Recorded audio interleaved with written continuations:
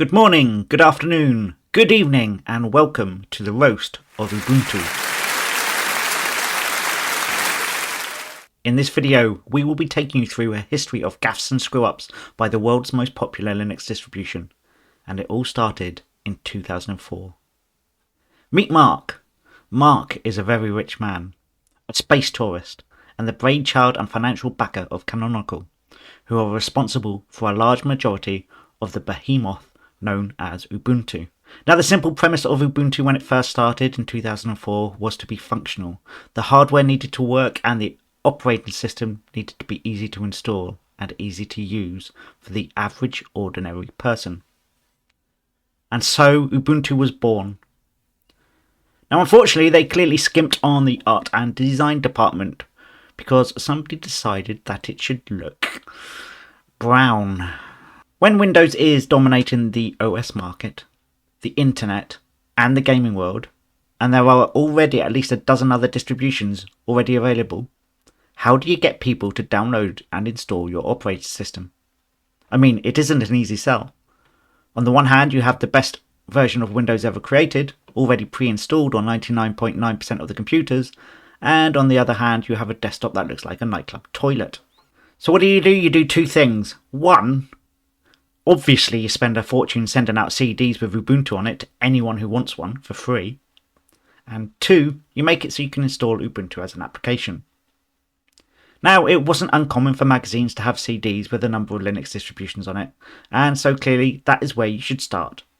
But Ubuntu, well, they just randomly sent out CDs for free at huge expense and with no knowledge as to how those CDs would be used. As for installing Ubuntu as an app, this is one of those great innovations that Ubuntu has given us over the years, which may not have succeeded, but was definitely worth 10 out of 10 for effort. Wooby was actually a decent idea. You run a Windows-like installer, install Ubuntu as an app, and you could try the features of Ubuntu without breaking Windows.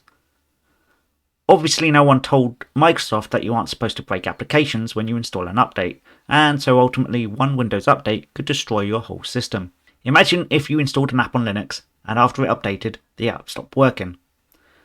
Now, I know Tumbleweed users don't have to imagine this, but for the rest of us, that would be a red flag.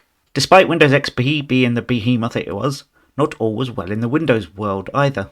Poor security and lots of viruses led more and more people to glance at Linux security and wonder why Linux could be secure and Windows couldn't. So Microsoft solved this problem by coming up with Windows Vista, which caused the first real big push towards Linux. Now, for a few years there, Ubuntu was great. Did it really get better than the periods between 9.04 and 10.10? Then something happened in the Linux world, and I think it shot itself in the foot for a few years.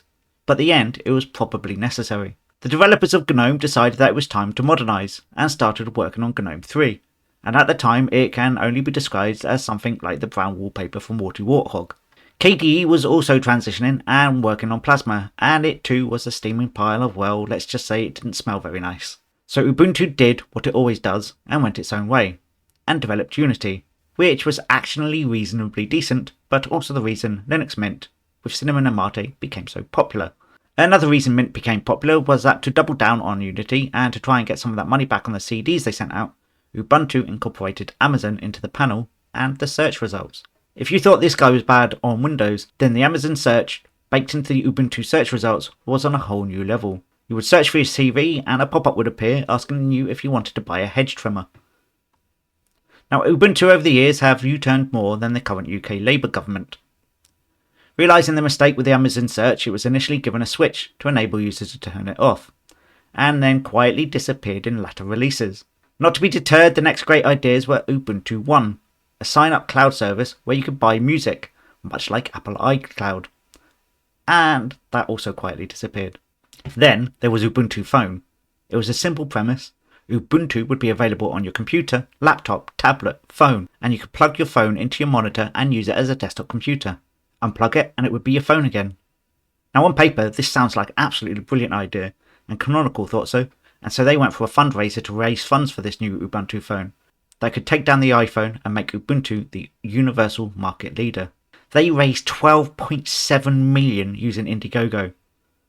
But then they couldn't go ahead because they actually needed to raise 32 million.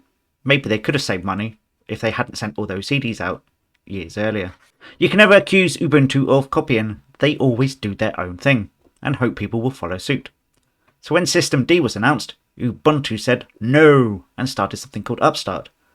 And when the community announced the backing for Wayland to replace X, Ubuntu said no and started work on Mer. Then quietly one day, Upstart disappeared, Mer disappeared, and Ubuntu switched to GNOME, which by now was actually maturing and was probably everything they set out for it to be in the first place. Today, Ubuntu is much more aligned with the Linux world and far more collaborative. Except for snaps. Yes, once again, when the rest of the community is pushing towards one containerized system to beat them all in Flatpak, Ubuntu is going in its own direction with snaps. And a bit like the Amazon thing, they are being a little bit underhand with it. If I told you to type sudo apt install Firefox into a terminal, you might think you would get the Firefox Debian package. But behind the scenes, Ubuntu have decided that sudo apt install Firefox actually means install the snap version of Firefox. Not that you need to do this, of course, because Firefox is baked in much like Internet Explorer and Edge are with Windows. Try uninstalling Firefox using the GNOME store. There is actually no button to be able to do so. Setting all this aside, Ubuntu is a great operating system. It has roughly 65 to 70% of the global Linux cloud market share, and is also the most deployed guest operating system on AWS, Azure and Google Cloud. On the desktop, 6 of the top 20 distributions on DistroWatch are based on Ubuntu, and there's no denying that when you install Ubuntu, the hardware works seamlessly. If you are using Mint, then you are using Ubuntu. If you are using Pop! OS, then you are using Ubuntu. And if you are using Zorin, you are using Ubuntu. Canonical maintains a repository of over 60,000 packages. What's more, gaming is great on Ubuntu, and with Ubuntu you also get 10 years of desktop support.